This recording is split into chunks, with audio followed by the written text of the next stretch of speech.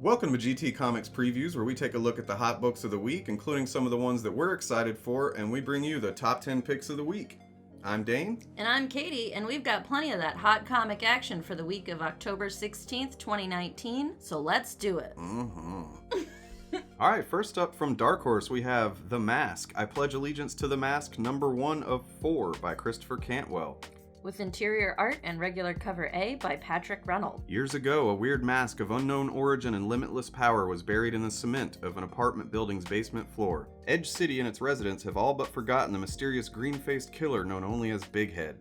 But now, decades later, the bizarre Tex Avery-style killings are happening all over again and are on a collision course with a bizarre political campaign where a homicidal maniac wants to make America green again. There's one variant for this issue, and that's cover B by Raphael Albuquerque. Albuquerque. That's where Breaking Bad takes place.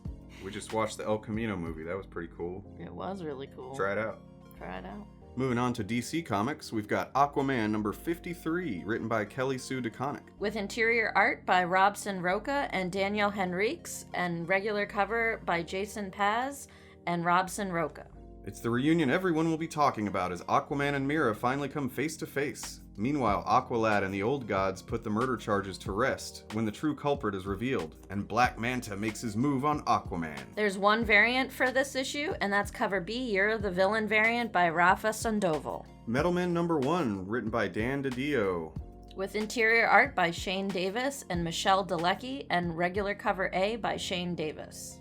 The Metalmen are back, and back and back and back again, as we take a deep look into Doc Magnus's lab, as he experiments with what it means to be sentient. Meanwhile, a mysterious liquid nth metal has appeared in the science site at Challenger's Mountain that appears to have come through the dark multiverse. There's also only one variant for this issue, and that's cover B variant by Philip Tan and Mark Deering. I'm down for anything that's coming out of the dark multiverse.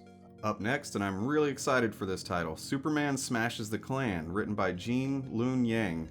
This is a 3-issue miniseries. With interior art and regular cover A by Guri Hiro. The year is 1946, and the Lee family has moved from Metropolis's Chinatown to the center of the bustling city. While Dr. Lee is greeted warmly in his new position at the Metropolis Health Department, his 2 kids, Roberta and Tommy, are more excited about being closer to their famous hero, Superman. While Tommy adjusts to the fast pace of the city, Roberta feels out of place, as she tries and fails to fit in with the neighborhood kids. As the Lees try to adjust to their new lives, an evil is stirring in Metropolis. The Ku Klux Klan. When the Lee family awakens one night to find a burning cross on their lawn, they consider leaving town. But the Daily Planet offers a reward for information on the KKK, and their top 2 reporters, Lois Lane and Clark Kent, dig into the story. When Tommy is kidnapped by the KKK, Superman leaps into action, with help from Roberta. But Superman is still new to his powers. He hasn't even worked out how to fly yet, so he has to run across town. Will Superman and Roberta reach Tommy in time? Inspired by the 1940s Superman radio serial Clan of the Fiery Cross, Jean Lun Yang presents his personal retelling of the adventures of the Lee family as they team up with Superman to smash the Klan. There's also one variant for this issue, and that's cover B variant by Kyle Baker. Smash that Klan. Smash that like. Yeah. While we're out here smashing the Klan, you might as well smash that like button. Tales from the Dark Multiverse, Nightfall, number 1, written by Scott Snyder. With interior art by Javi Fernandez and regular cover A by Lee Weeks. Don't miss this twisted tale from the pages of the game-changing event Batman Nightfall. 30 years after Bruce Wayne was broken and failed to take back the mantle of the Bat, Jean-Paul Valley, now known as Saint Batman, has turned Gotham into the city of his dreams. In his new order, killing has become commonplace and criminals live in constant fear, all in the name of justice. But just when all seems lost, a new hope for Gotham City rises. The son of Bane? Hey Dane, guess what? What up? There's no variants for this issue. What am I gonna do? I don't know. I mean, this is probably causing a real existential crisis for you. Yeah. Like, what is even happening in your world right now? What do you do? What? I want to curl up in fetal position. It's just, I mean, Comic Kate, the variant queen? Yeah. There's no variants? No variants. But maybe it'll go to second printing, and then you'll get I know it's not the same, but could only hope. Moving on to Marvel, we've got the penultimate chapter of the symbiotic event of the year, Absolute Carnage number 4, written by Donny Cates. With interior art and regular cover A by Ryan Stegman. Eddie Brock has taken a beating, lost the allies closest to him, and after the shocking events of Absolute Carnage number 3, sees no way to take Cletus Cassidy down once and for all without making the ultimate sacrifice. But what is the ultimate sacrifice? One of the two beings that are bonded as Venom. Which will make it out alive?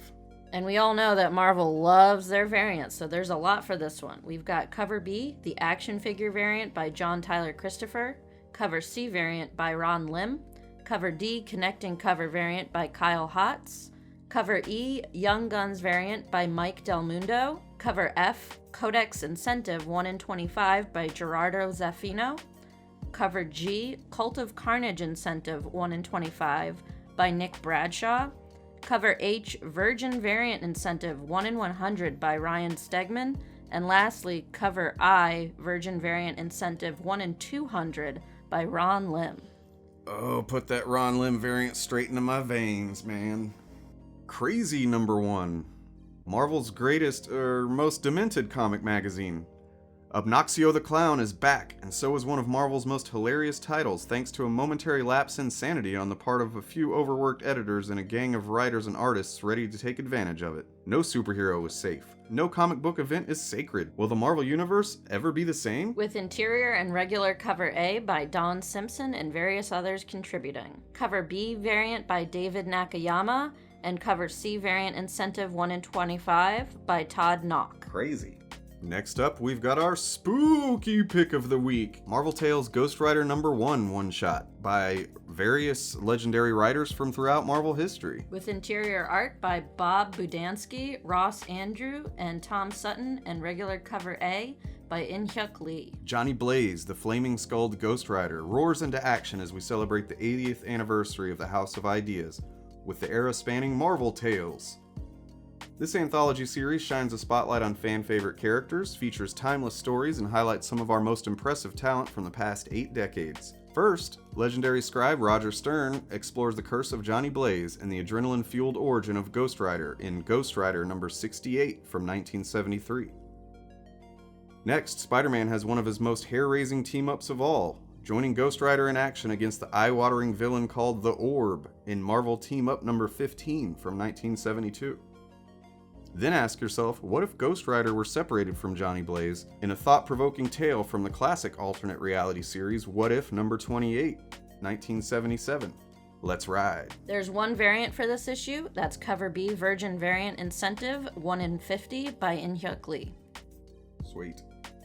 Marvel's going all in on Ghost Rider right now, huh? They're with the new ongoing and this, they're really putting the They're really riding it. yeah, they're riding it. Oh. Hopefully they don't ride it straight to hell. Oh. Womp womp. Womp womp. Next up, we've got Spider-Man number 2, written by J.J. and Henry Abrams. With interior art by Sarah Pacelli and regular Cover A by Olivier Coipel. The most anticipated comic event of the... Hold on. They've called Absolute Carnage and this the most anticipated comic events of the year in the same month. Which is it, Marvel? Come on, man. Alright.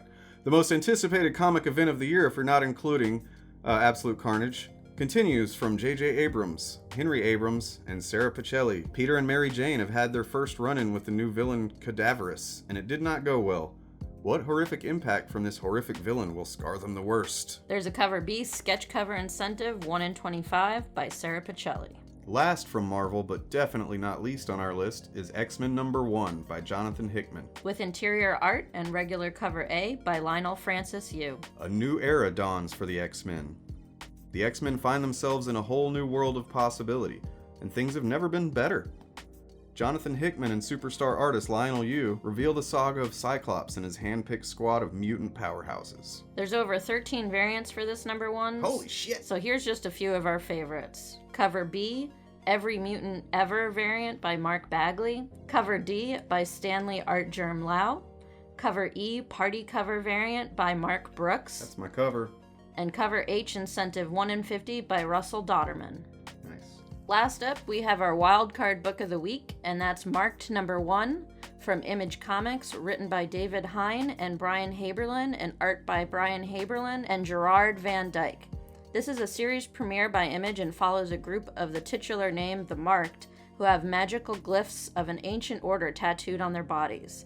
Their magic is channeled through these tattoos to protect the world against evil forces. That's pretty cool. That's a good concept. I'm glad you picked that one out.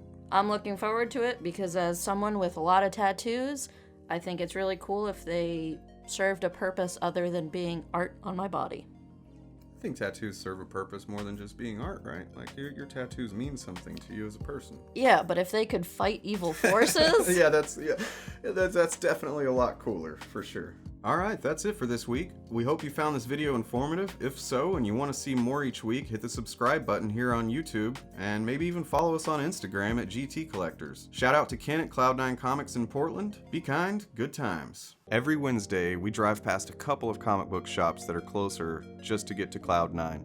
But when it comes to customer care, Ken is the man. Our pull books are always ready and in mint condition, unlike some other shops we've tried out. There are larger shops in Portland, but size is not quality. Cloud9 is easy and comfortable to navigate, and it's easy to find not only the books you're looking for, but those surprise gems you didn't even know you need. Cloud9 also has gift certificates for that comic fan, birthday, or upcoming holidays. Cloud9 of course has that sexy wall of books that we all covet, but Ken's prices on wall books can't be beat. They're not out to gouge anybody, they just love selling comics. Cloud9 also buys comics and collections as well as original artwork. Cloud9 is a licensed CGC dealer, so submit your raw books to be slabbed. While GT Collectors is a new channel and we don't have an official sponsor yet, Cloud9 makes our comic book habits possible because Ken at Cloud9 offers 20% off every item in the store when you subscribe to a pull list with 20 titles or more. So if you live in the Portland area or want an online shop that is customer focused, you can't go wrong with Cloud9. Good times.